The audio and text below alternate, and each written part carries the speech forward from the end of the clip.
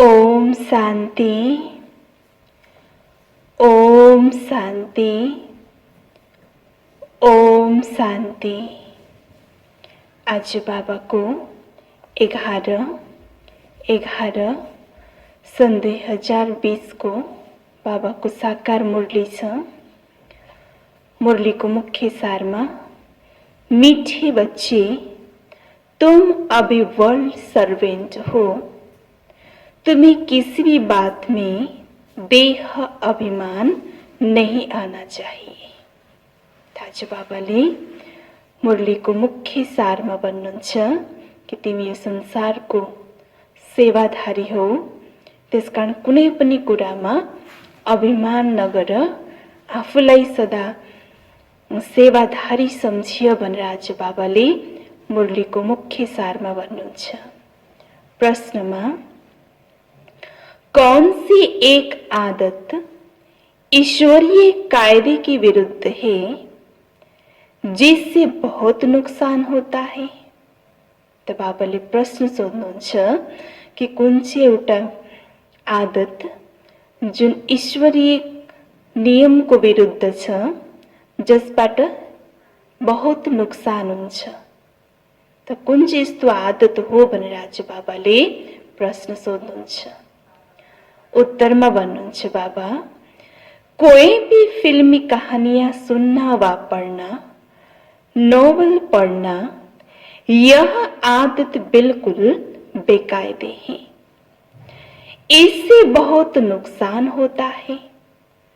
बाबा की मना है, बच्चे तुम्हें ऐसी कोई किताबें नहीं पढ़नी है।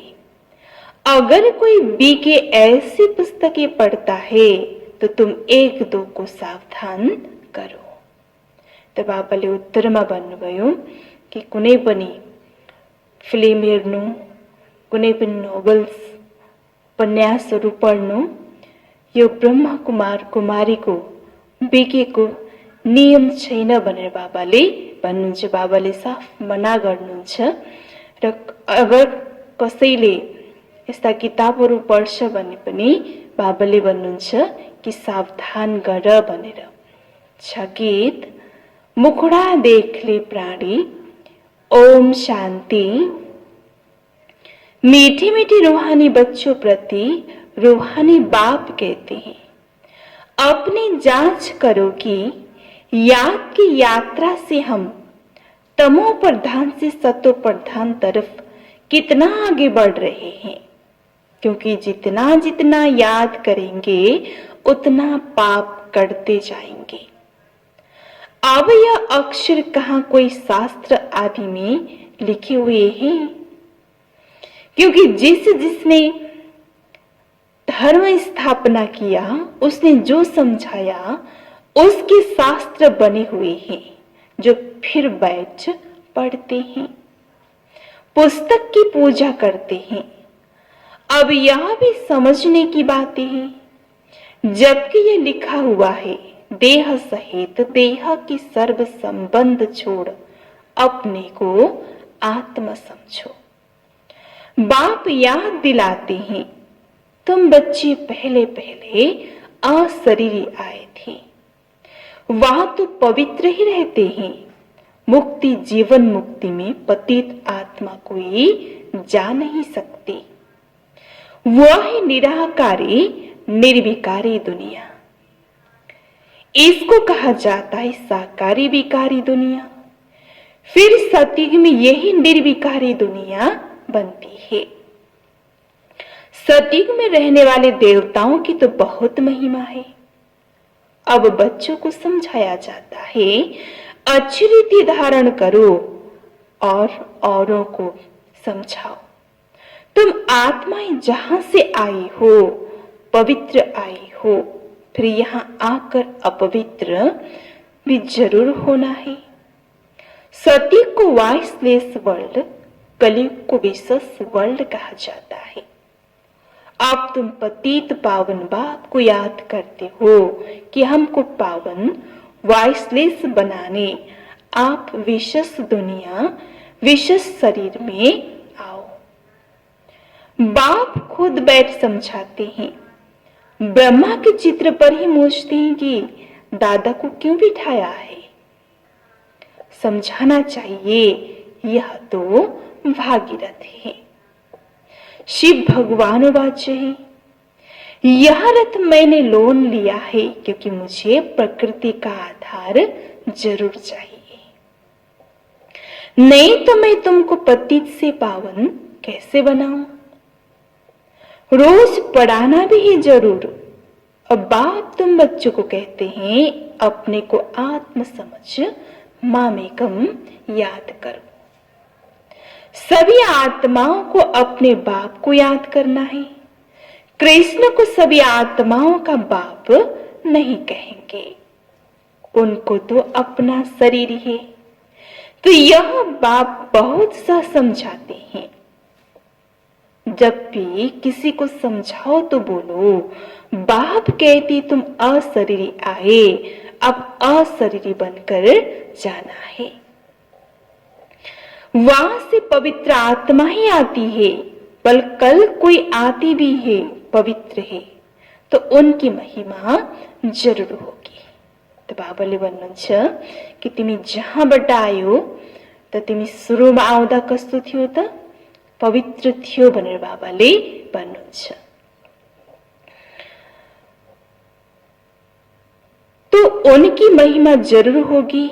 सन्यासी उदासी गृहस्थी जिनका नाम होता है जरूर उनका यह पहला जन्म है।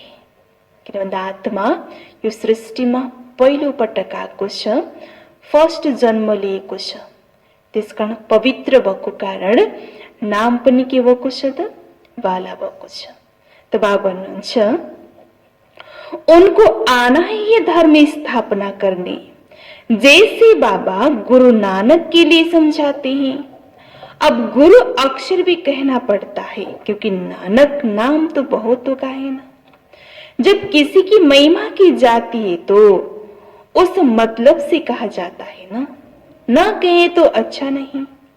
वास्तव में बच्चों को समझाया है गुरु कोई भी है नहीं सिवाय एक के, जिसके नाम पर ही गाते हैं सदगुरु अकाल। वो अकाल मूर्त है अर्थात जिसको काल न खाए, वह है आत्मा। तब यह कहानियां आदि बैच बनाई। फिल्मी कहानियों की किताब, नॉवेल आदि भी बहुत पढ़ते हैं। बाबा बच्चों को खबरदार करते हैं कभी भी कोई नॉवेल आदि नहीं पढ़ना है। कोई कोई को आदत होती है, या तो तुम सौभाग्यशाली बनते हो। कोई बीके भी नॉवेल्स पढ़ते हैं, इसलिए बाबा सब बच्चों को कहते हैं कभी भी किसी को नॉवेल पढ़ता देखो तो झट उठाकर फाड़ दो। इसमें डरना नहीं, हमको कोई श्राप ना दे वा गुस्सा ना हो, ऐसी कोई बात नहीं। तुम्हारा काम है एक दो को सावधान करना। फिल्म की कहानियां सुनाना या पढ़ना बेकायदे है। बेकायदे कोई चलन है तो झट रिपोर्ट करनी चाहिए, नहीं तो सुधरेंगे कैसे, अपना नुकसान करते रहेंगे। खुद में ही योग बल नहीं होगा तो यहाँ क्या बैठ सिखलाएंगे। बाबा की मना है, अगर फिर से ऐसा काम करोगे तो अंदर दिल जरूर खाती रहेगी, अपना नुकसान होगा। इसलिए कोई में भी कोई अवगुण देखती हो तो लिखना चाहिए। कोई बेकायदे चलन तो नहीं चलती, क्योंकि ब्राह्मण इस समय सर्वेंट है ना। बाबा भी कहते बच्चे नमस्ते, अर्थ सहित समझाते हैं। बच्चियां पढ़ाने वाले जो है उनमें देह अभिमान नहीं आना चाहिए। टीचर भी स्टूडेंट का सर्वेंट होता है ना। गवर्नर आदि भी चिट्ठी लिखते हैं, नीचे सही करेंगे आई एम ओबीडेंट सर्वेंट, बिल्कुल सम्मुख नाम लिखेंगे। बाकी क्लॉट लिखेगा अपने हाथ से, कभी अपनी बड़ाई नहीं लिखेंगे। आजकल गुरु तो अपने आप को आप ही श्री श्री लिख देते हैं। यहाँ भी कोई ऐसे ही श्री फलाना लिख देते हैं। वास्तव में ऐसे भी लिखना नहीं चाहिए। न फीमेल श्रीमती लिख सकती, न फीमेल श्रीमती लिख सकती। श्रीमत तब मिले जब श्री श्री स्वयं आकर मत देवी। तुम समझा सकती हो कि जरूर कोई की मत से यह देवता बनते हैं ना। भारत में किसी को भी यह पता नहीं कि ये इतना ऊंच विश्व के मालिक कैसे बने। तुमको तो यही नशा चढ़ना चाहिए। यह एम ऑब्जेक्ट का चित्र सदैव छाती से लगा होना चाहिए। किसी को भी बताओ हमको भगवान पढ़ाते हैं, जिससे हम विश्व का महाराजा बनते हैं। बाप आए हैं इस राज्य की स्थापना करने। इस पुरानी दुनिया का विनाश सामने खड़ा है। तुम छोटी छोटी बच्चियां तोतली भाषा में किसी को भी समझा सकती हो। बड़े बड़े सम्मेलन आदि होते हैं, उनमें तुमको बुलाते हैं। यह चित्र तुम ले जाओ और बैठकर समझाओ। भारत में फिर से इनों का राज्य स्थापना हो रहा है। कहां भी भरी सभा में तुम समझा सकते हो। सारा दिन सर्विस का ही नशा रहना चाहिए। भारत में इनका राज्य स्थापना हो रहा है। बाबा हमको राजयोग सिखला रहे हैं। शिव भगवान वाच, हे बच्चों तुम अपने को आत्म समझ मुझे याद करो तो तुम यह बन जाएंगे 21 पीढ़ी के लिए। दैविक गुण भी धारण करने हैं। अभी तो सबके आसुरी गुण है। श्रेष्ठ बनाने वाला एक ही श्री श्री शिव बाबा है। वही ऊंची थी ऊंच बाप हमको पढ़ाते हैं। शिव भगवान वाच मन मना भव। भागीरथ महासुर है। भागीरथ को ही ब्रह्मा कहा जाता है, जिसको महावीर भी कहते हैं। यहाँ देलवाड़ा मंदिर में बैठे हुए हैं ना, जैनी आदि जो मंदिर बनाने वाले हैं, वो कोई भी जानते थोड़ी है। तुम छोटी छोटी बच्चियां कोई से भी विजिट ले सकती हो। अभी तुम बहुत श्रेष्ठ बन रहे हो। ये भारत की एम ऑब्जेक्ट है ना। कितना नशा चढ़ना चाहिए। या बाबा अच्छी रीति नशा चढ़ाते हैं। सब कहते हम तो लक्ष्मी नारायण बनेंगे। राम सीता बनने के लिए कोई भी हाथ नहीं उठाते। अभी तो तुम हो अहिंसक क्षत्रिय। तुम अहिंसक क्षत्रियों को कोई भी नहीं जानते। यह तो अभी समझती हो। गीता में भी अक्षर है मन मना भव। अपने को आत्म समझो। युद्ध समझाने की बात है ना, और कोई भी समझा नहीं सकते। बाप बैठ बच्चों को शिक्षा देते हैं। बच्चे आत्मा अभिमानी बनो। यह आदत तुम्हारी फिर 21 जन्म के लिए चलती है। तुमको शिक्षा मिली है 21 जन्मों के लिए। बाबा घड़ी घड़ी मूल बात समझाते हैं। अपने को आत्मा समझ कर बैठो। परमात्मा बाप हम आत्माओं को बैठ समझाते हैं। तुम घड़ी घड़ी देह अभिमान में आ जाती हो। फिर घर बार आदि याद आ जाता है। यह होता है भक्ति मार्ग में भी। भक्ति करते करते बुद्धि और तरफ चली जाती है। एक टिक सिर्फ नौधा भक्ति वाले ही बैठ सकते हैं, जिसको तीव्र भक्ति कहा जाता है। एकदम लवलीन हो जाते हैं। तुम जैसे याद में बैठते हो तो कोई समय एकदम अशरीरी बन जाती हो। जो अच्छे बच्चे होंगे वही ऐसी अवस्था में बैठेंगे। देह का भार निकल जाएगा। अशरीरी हो उस मस्ती में बैठे रहेंगे। ये आदत पड़ जाएगी। सन्यासी है तत्व ज्ञानी व ब्रह्म ज्ञानी। वो कहते हम लीन हो जाएंगे, ये पुराना शरीर छोड़ ब्रह्म तत्व में लीन हो जाएंगे। सबका अपना अपना धर्म है ना, कोई भी दूसरे धर्म को नहीं जानते। आदि सनातन देवी देवता धर्म वाले भी तमो प्रधान बन गए हैं। गीता का भगवान कब आया था, गीता का युग कब था, कोई भी नहीं जानते। तुम जानते हो, इस संगम युग पर ही बाप आकर राजयोग सिखलाते हैं। तमो प्रधान से सत्व प्रधान बनाते हैं। भारत की ही बात है, अनेक धर्म भी थे जरूर, गायन ही एक धर्म की स्थापना, अनेक धर्मों का विनाश।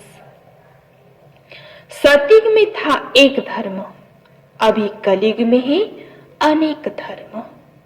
फिर एक धर्म की स्थापना होती है। एक धर्म था, अभी नहीं है, बाकी सब खड़े हैं। बाढ़ की झाड़ का मिसाल भी बिल्कुल ठीक है।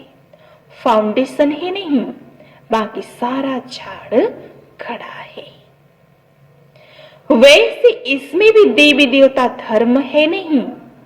आदि सनातन देवी देवता धर्म जो तना था वह अप्रिया लोप हो गया है। फिर से बाप स्थापना करते हैं। बाकी इतने सब धर्म तो पीछे आएंगे, पीछे आए हैं, फिर चक्र को रिपीट जरूर करना है। अर्थात पुरानी दुनिया से फिर नई दुनिया होनी है। नई दुनिया में इन्हों का राज्य था। तुम्हारे पास बड़े चित्र भी है, छोटे भी है। बड़ी चीज होगी तो देखकर पूछेंगे ये क्या उठाया है। बोलो हमने वह चीज उठाई है जिससे मनुष्य बेगर टू प्रिंस बने। दिल में बड़ा उमंग, बड़ी खुशी रहनी चाहिए। हम आत्माएं भगवान के बच्चे हैं, आत्माओं को भगवान पढ़ाते हैं। बाबा हमको नैनों पर बिठाए ले जाएंगे। इस छीछी दुनिया में तो हमको रहने का नहीं है। आगे चल त्राही त्राही करेंगे, बात मत पूछो। करोड़ों मनुष्य मरते, या तो तुम बच्चों की बुद्धि में है। हम इन आंखों से जो देखते हैं यह सब, यह कुछ भी रहना नहीं है। या तो मनुष्य ही कांटों मिसल, सत्य के फूलों का बगीचा, फिर हमारे नैन ही ठंडे हो जाएंगे। बगीचे में जाने से नैन ठंडे शीतल हो जाते हैं ना। तो तुम अभी पद्मा पद्म भाग्यशाली बन रहे हो। ब्राह्मण जो बनते हैं उनके पाव में पद्म है। तुम बच्चों को समझाना चाहिए हम यह राज्य स्थापना कर रहे हैं। इसलिए बाबा ने बैज बनवाए हैं। सफेद साड़ी पहने हुई हो, बैज लगा हो, इससे स्वतः सेवा होती रहेगी। मनुष्य कहते हैं आत्मा परमात्मा अलग रहे बहुकाल, परंतु बहुकाल का अर्थ कोई भी समझते नहीं। तुमको बाबा ने समझाया है कि बहुत काल अर्थात 5000 वर्ष के बाद तुम बच्चे बाप से मिले हो। तुम यह भी जानती हो कि इस सृष्टि में सबसे नामी ग्रामी है ये राधे कृष्ण। ये सत्युग के फर्स्ट प्रिंस प्रिंसेस है। कभी किसी के ख्याल में भी नहीं आएगा कि यह कहां से आए। सत्युग के आगे जरूर कलयुग होगा। उन्होंने क्या कर्म किए जो विश्व के मालिक बने। अभी तो मुझे जानते हो बाप हमको राजयोग सिखला रहे हैं। हमारी एम ऑब्जेक्ट यह है। बल मंदिरों में उन्हों के चित्र आदि है, परंतु थोड़े ही समझते हैं कि इस समय यह स्थापना हो रही है। तुम्हारे में भी नंबरवार समझते हैं, कोई तो बिल्कुल ही भूल जाते हैं। चलन ऐसी होती जैसे पहले थी। यह समझते तो बहुत अच्छा है, यहां से बाहर निकले खलास। सर्विस का शौक रहना चाहिए। सबको यह पैगाम देने की युक्ति रची। मेहनत करनी है, नशे से बताना चाहिए। शिव बाबा कहते मुझे याद करो तो पाप मिट जाएंगे। हम एक शिव बाबा के सिवाय और किसी को याद नहीं करते। अच्छा, मीठी मीठी सिकिलदे बच्चों प्रति माँ पिता बाप दादा का याद प्यार और गुड मॉर्निंग। रूहानी बाप की रूहानी बच्चों को नमस्ते। रूहानी बच्चों की रूहानी बाबा को याद प्यार गुड मॉर्निंग नमस्ते नमस्ते। धारणा को लागे मुख्य सार में पहलू पॉइंट, एम ऑब्जेक्ट का चित्र सदा साथ रखना है। नशा रहे कि अभी हम श्रीमत पर विश्व का मालिक बन रहे हैं। हम ऐसे फूल के बगीचे में जाते हैं जहां हमारे नयन ही शीतल हो जाएंगे। दूसरा पॉइंट, सर्विस का बहुत बहुत शौक रखना है। बड़े दिल व उमंग से बड़े बड़े चित्रों पर सर्विस करनी है। बेगर टू प्रिंस बनाना है। तो बाबाले धारणामा भन्नुहुन्छ, फेरि एकपटक सुन्नुहोस्। एम ऑब्जेक्ट का चित्र सदा साथ रखना है। नशा रहे कि अभी हम श्रीमत पर विश्व का मालिक बन रहे हैं। हम ऐसे फूलों के बगीचे में जाते हैं जहां हमारे नयन ही शीतल हो जाएंगे। सर्विस का बहुत बहुत शौक रखना है। बड़े दिल व उमंग से बड़े बड़े चित्रों पर सर्विस करनी है। बेगर टू प्रिंस बनना है। अच्छा, बाबाले वरदानमा दिनुहुन्छ। अच्छा, यज्ञ सेवा द्वारा सर्व प्राप्तियों का प्रसाद प्राप्त करने वाले ऑलराउंडर सेवाधारी भव। फिर एक पटक सुनोस। यज्ञ सेवा द्वारा सर्व प्राप्तियों का प्रसाद प्राप्त करने वाले ऑलराउंडर सेवाधारी भव। विस्तार में, संगम युग पर ऑलराउंडर सेवा का चांस मिलना, यह भी ड्रामा में एक लिफ्ट है। जो प्यार से यज्ञ की ऑलराउंडर सेवा करते हैं उन्हें सर्व प्राप्तियों का प्रसाद स्वतः प्राप्त हो जाता है। वे निर्विघ्न रहते हैं। एक बारी सेवा की और 1000 बार सेवा का फल प्राप्त हो गया। सदा स्थूल सूक्ष्म लंगर लगा रहे। किसी को भी संतुष्ट करना यह सबसे बड़ी सेवा है। मेहमान नवाजी करना यह सबसे बड़ा भाग्य है। अच्छा, स्लोगन में, सोमान में स्थित रहो तो अनेक प्रकार के अभिमान स्वतः समाप्त हो जाएंगे। सोमान में स्थित रहो तो अनेक प्रकार के अभिमान स्वतः समाप्त हो जाएंगे। अच्छा, बाबाले मुरली को सार में बनवे मीठे बच्चे, तुम अभी वर्ल्ड सर्वेंट हो। तुम्हें किसी भी बात में देह अभिमान नहीं आना चाहिए।